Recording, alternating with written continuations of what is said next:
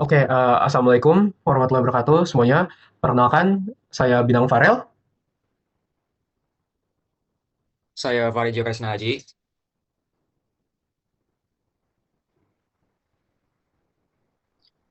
Saya April Kavara. Dan saya Muhammad Aufa. Kami dari kelompok 2 Berpikir Komputasional 10. Pada kali ini akan mempresentasikan case study 1 mengenai optimizing energy consumption in a smart building.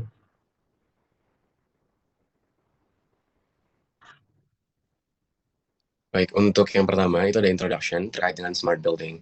Jadi smart building itu adalah suatu sistem otomasi terpadu yang mana memungkinkan pengelola gedung untuk dapat mengelola gedungnya secara efisien dan memanfaatkan sensor. Sistem ini juga dapat mengoptimalkan penggunaan energi, guna menekan biaya operasional dan mengurangi dampak lingkungan.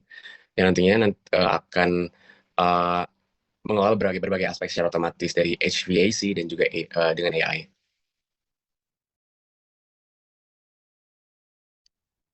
Nah, terkait dengan pengenalan problem atau problem comprehension, di mana kita menyadari bahwasanya di era modern ini, penerapan smart building itu menjadi suatu kebutuhan yang sangat mendesak untuk meningkatkan efisiensi energi dan mengurangi pemborosan sumber daya.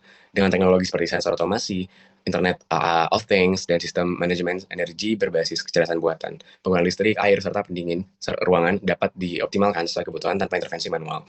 Misalnya kayak pencahayaan akan disesuaikan dengan intensitas cahaya alami, sementara sistem pendinginan hanya diaktifkan ketika ruangan digunakan, dan sebagainya.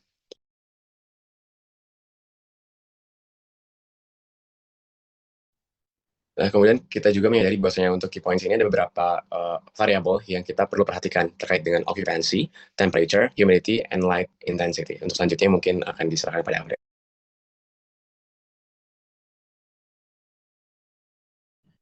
Oke, sekarang masuk ke decomposition, bagaimana kita membreakdown dari untuk meminimalisasi energi yang digunakan, yaitu kita bisa menggunakan pengambilan data, yaitu dengan occupancy dari rentang 0 sampai 100%, suhu dan intensitas cahaya secara real time. Misalnya kalau occupancy, low itu dalam rentang 0 sampai 30, medium 31 dan 65, sementara high 65 sampai 100%. Untuk suhu, low itu ada di bawah 20 derajat, medium 20 hingga 25, high ada di atas 25. Dan untuk kategori intensitas cahaya, kita bagi menjadi 5 level, yaitu 0 sampai 10, 11 sampai 30, 31 sampai 60, 61 sampai 90, dan 91 sampai 100. Untuk pengambilan keputusan, kita menggunakan kategori suhu, yaitu heating, cooling, atau off. Dan berdasarkan intensitas cahaya, kita menggunakan tadi persentase lampu. Dan untuk tingkat HVAC, kita berdasarkan kategori occupancy. Nah, untuk control execution-nya, kita dapat nyalakan, matikan, atau atur intensitas perangkat, misalnya seperti lampu, sesuai keputusan atau sesuai keadaan. Misalnya keadaannya luxnya itu 100 sampai 300, berarti nyala lampunya adalah 11 sampai 30%.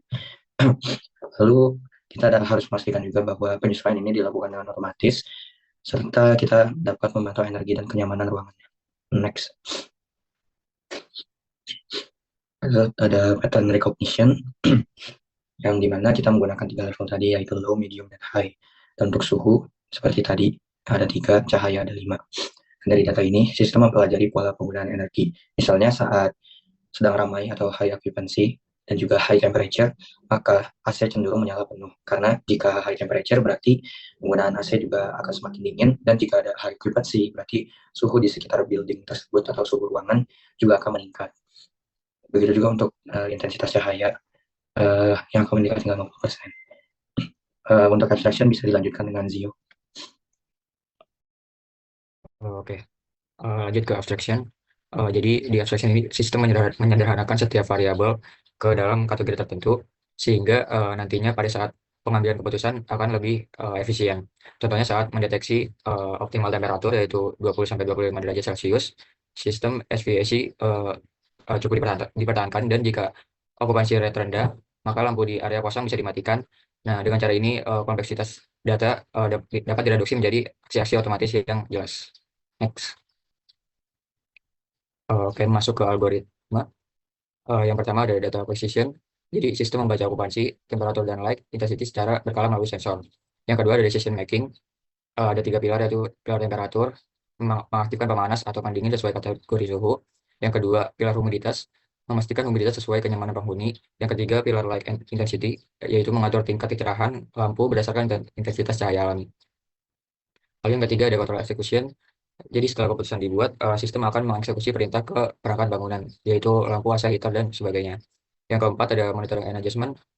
Jadi nanti sistem bakal memantau hasil penyesuaian dan memastikan pencahayaan dan SPIC sesuai keberatan penghuni untuk koreksi jika kondisi belum sesuai target kenyamanan atau efisiensi. Yang terakhir ada repeat, jadi proses ini akan berjalan secara berkelanjutan sehingga nantinya bangunan akan selalu merespon perubahan hunian, suhu, dan cahaya dengan cepat atau efisien. Mungkin masuk ke flowchart. Yang pertama, start, terus import key card occupancy data, temperature level, humidity level, external light level, dan energi data. Lalu import juga room occupancy, current occupants, max occupants, current temperature, current humidity, current light, current energy usage. Lalu case boolean, room occupancy, float maximal AC, float maximal heating, float humidifier, float dehumidifier, float max lighting. Lalu occupancy rate, current occupants per max occupants. Lalu kita buat making decision di mana room occupancy apakah false. Apabila iya, maka max AC sama dengan 0, max heating 0, humidifier 0, dehumidifier 0, max lighting 0. Apabila tidak, maka max AC, heating, humidifier, dehumidifier, dan max lighting sama dengan 1. Untuk selanjutnya, kita akan mengecek temperatur saat sekarang. Apabila temperatur kurang dari 20 derajat Celcius, maka max AC akan dimatikan atau 10% dan max heating akan dinaikkan jadi 100%. Apabila current temperaturnya kurang dari 25 derajat Celcius, maka max AC-nya akan dinaikkan jadi 70%, sementara max heating-nya dikurangi menjadi 0%. Apabila current temperatur lebih dari 25 derajat Celcius, maka max AC akan dinaikkan ke 100%, sementara max heating tetap di 0%. Untuk selanjutnya, diadakan pengecekan terhadap humiditas, di mana apabila humiditas berada di bawah 30 derajat, maka dehumidifier akan dimatikan, sementara humidifier dinaikkan ke 40%.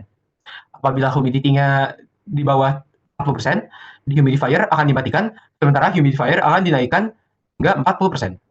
Apabila humiditasnya di bawah 60%, maka keduanya akan dimatikan.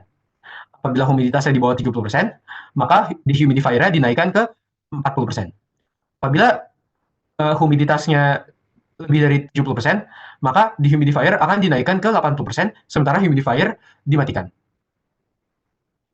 Selanjutnya, akan dilakukan pengecekan terhadap lighting. Apabila lighting di bawah 10%, maka max lighting yang mungkin akan dinaikkan ke 100%.